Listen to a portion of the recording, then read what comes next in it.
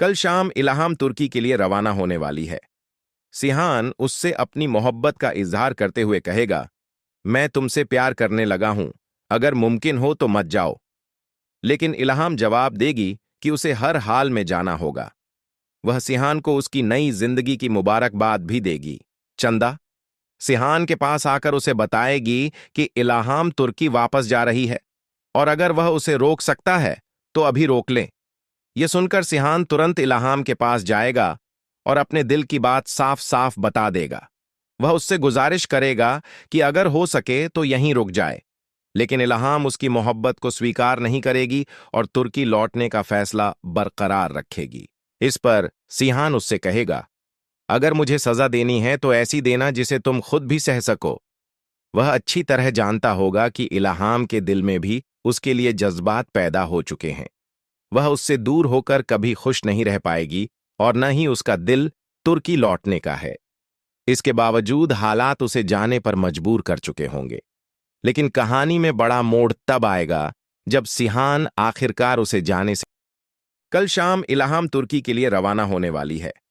Sheehan उससे अपनी मोहब्बत का इजहार करते हुए कहेगा, मैं तुमसे प्यार करने लगा हूं, अगर मुमकिन हो तो मत जाओ।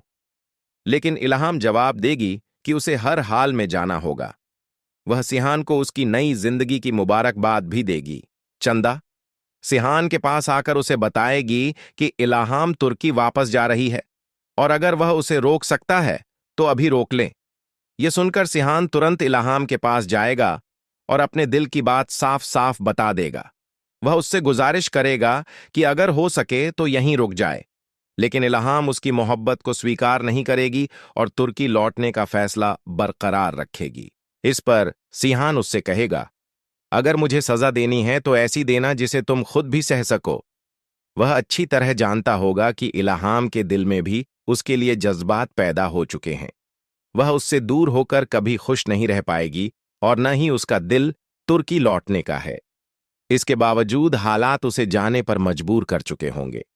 लेकिन कहानी में बड़ा मोड़ तब आएगा जब सिहान आखिरकार उसे जाने से। कल शाम इल्हाम तुर्की के लिए रवाना होने वाली है। सिहान उससे अपनी मोहब्बत का इजहार करते हुए कहेगा, मैं तुमसे प्यार करने लगा हूं, अगर मुमकिन हो तो मत जाओ। लेकिन इल्हाम जवाब देगी कि उसे हर हाल में जाना होगा। वह सिहान को उसकी नई जिंदगी की मुबारकबाद भी देगी। चंदा सिहान के पास आकर उसे बताएगी कि इल्हाम तुर्की वापस जा रही है और अगर वह उसे रोक सकता है तो अभी रोक ले। यह सुनकर सिहान तुरंत इल्हाम के पास जाएगा और अपने दिल की बात साफ साफ बता देगा। वह उससे गुजारिश करेगा कि अगर हो सके तो यहीं रुक जाए, लेकिन इल्हाम उसकी मोहब्बत को स्वीकार नहीं करेगी और तुर्की लौटने का फैसला बरकरार रखेगी। इस पर सिहान उससे कहेगा, अगर मुझे सजा देनी है तो ऐसी देना जिसे तुम खुद भी सह सको। वह अच्छी तरह जानता होगा कि इल्हाम के दिल में भी उसके लिए जज्बात पैदा हो चुके हैं। वह उससे दूर होकर कभी खुश नहीं रह पाएगी और न ही उसका दिल तुर्की लौटने का है। इसके बावजूद हालात उसे जाने पर मजबूर कर चुके होंगे। लेकिन कहानी में बड़ा मोड़ तब आएगा जब सिहान आखिरकार उसे जाने से